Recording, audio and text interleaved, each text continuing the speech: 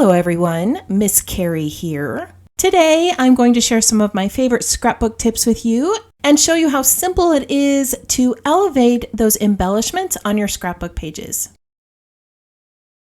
Today's scrapbook page is going to record memories of a wedding engagement.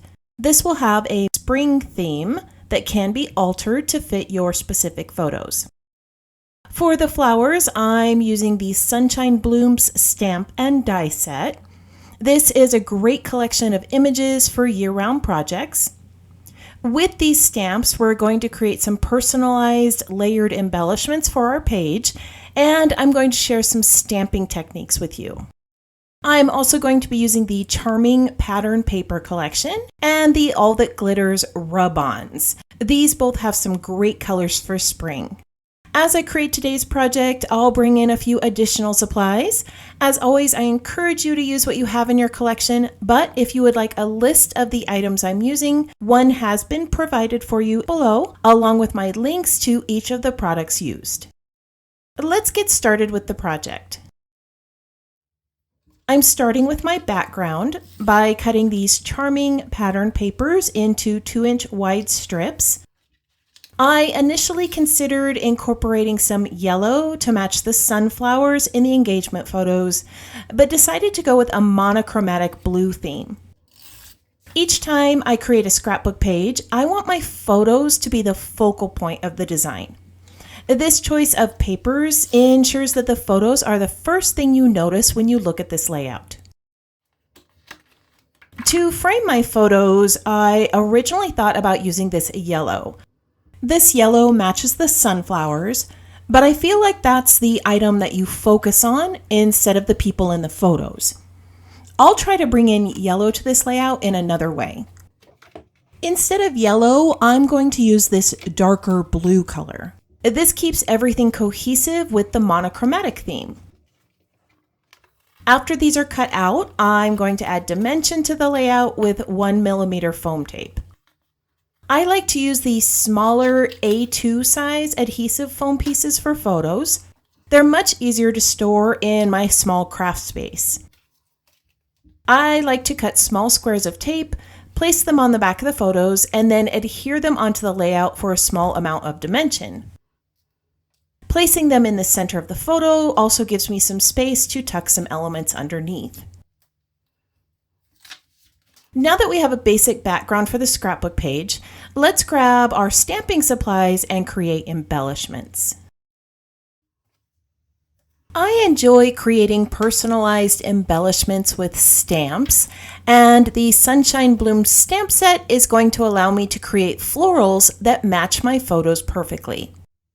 I'm going to use a stamping platform so that my florals have a nice, solid inked image. And I'm using mixed media cardstock, which gives a heavier weight to my embellishments and adds dimension to my layout. For the flowers, I'm using a darker blue ink called Glacier. This is a new one from Pooler. It complements the layout while maintaining a cohesive monochromatic feel. Feel free to use colors that work with your photos. I'll be layering all of these floral images to create a single flower, so I'm going to bring in a lighter color for the center layers. I chose Pooler's Stone Blue for these to match the color of the hydrangeas. To bring in a bit of yellow, I'm going to stamp the little berry stems in goldenrod. When using a stamping platform, I need to wipe down each stamp before I move it. Today, I'm using these tearaway cleanup cloths. These are new to my craft space, and they have become a staple in my crafting cart. They are great for a quick wipe down of your stamps or cleaning up an area after blending inks. The next step is to stamp our leaves. I'm going to show you how to create this variation of color using some simple blending techniques. I'm going to stamp the leaves in Succulent, which is a lighter green. Then I'm going to use a blending brush to add a darker spruce ink to the base of the stamp before I stamp it again. This adds a natural looking shading and a variety to the leaves, which makes them feel more organic. If you feel like the transitions between the colors are too harsh, you can stamp the image again with the lighter ink. The Sunshine Blooms stamp collection includes outline images for the flowers and leaves. I chose not to use them on the florals, but I do want to add this detail to the leaves. The last image is a long leaf design. These are going to be stamped in a bluish green color to create variety and depth in my floral clusters. Here are all of the images I stamped for the projects. I listed the colors of the inks used in the description below. This stamp set has matching dies, and I'm securing them with mint tape before I run them through the die cut machine. Now, I'm one who likes to lessen the workload, so I try to cut as many images as possible in one pass. I'm using my Platinum 6 Spellbinders machine with a magic mat. This mat is fantastic. It's a self-healing mat that takes the place of your bottom cutting plate. It is two-sided, and mine usually lasts longer than a traditional cutting plate. Now, if you enjoyed some of the techniques I shared, make sure you give this video a thumbs up. When you do, this video gets shared with more creators just like you. I'm going to finish cutting these off camera so that I can share some more project tips with you. For this layout, I'm creating custom length borders for the 12 by 12 page. These heart border dies are designed for slimline cards, and they have solid cut ends. They're not open-ended, so we have to extend them to fit a full-size page. Let me show you how to do that. I'm going to place this die onto a 12-inch strip of Simple Stories cardstock and secure it in place with mint tape. I'm going to run this through my machine to die cut the first part, but I'm going to stop before the end of the die. I'm going to back this out of the machine and remove the die. As you can see, this is a partial cut. I'm going to carefully reposition the die, aligning it with the previous cut to extend this design.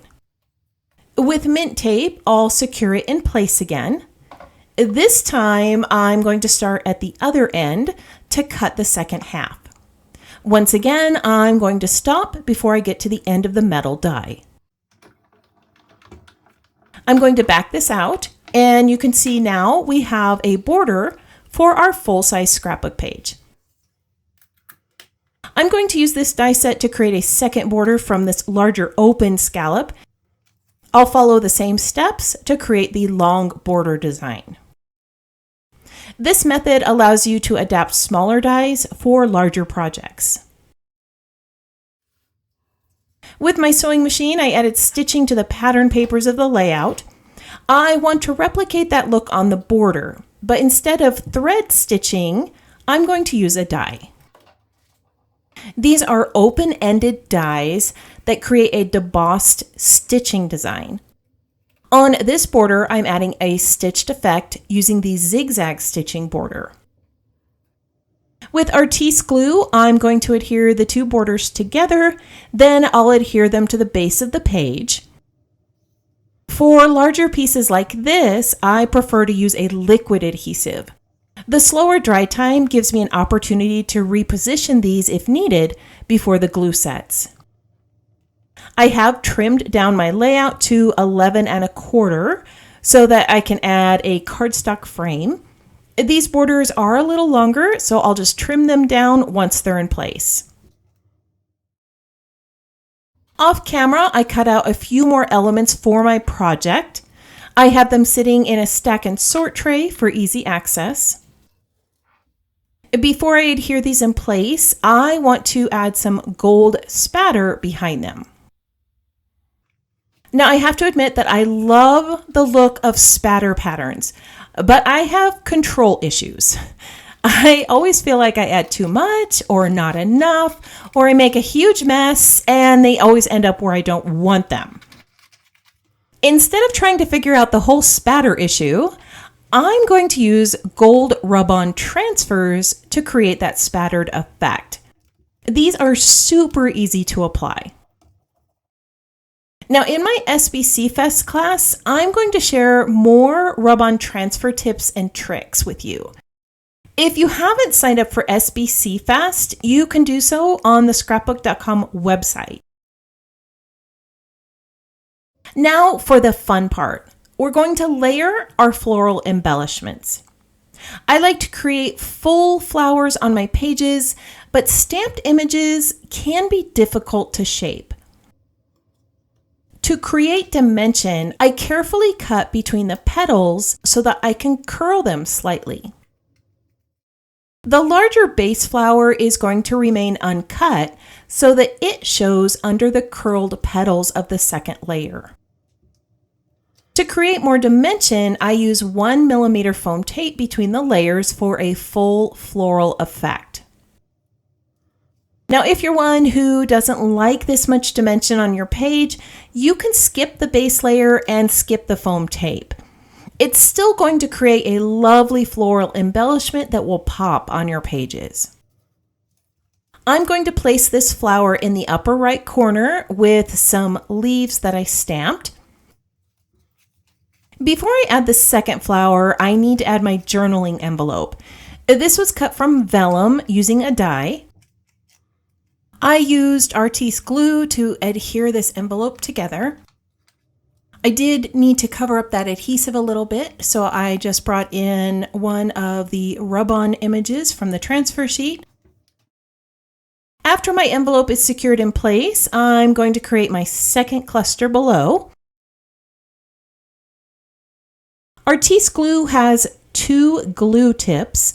This is simple to swap, and it's perfect for delicate script like this.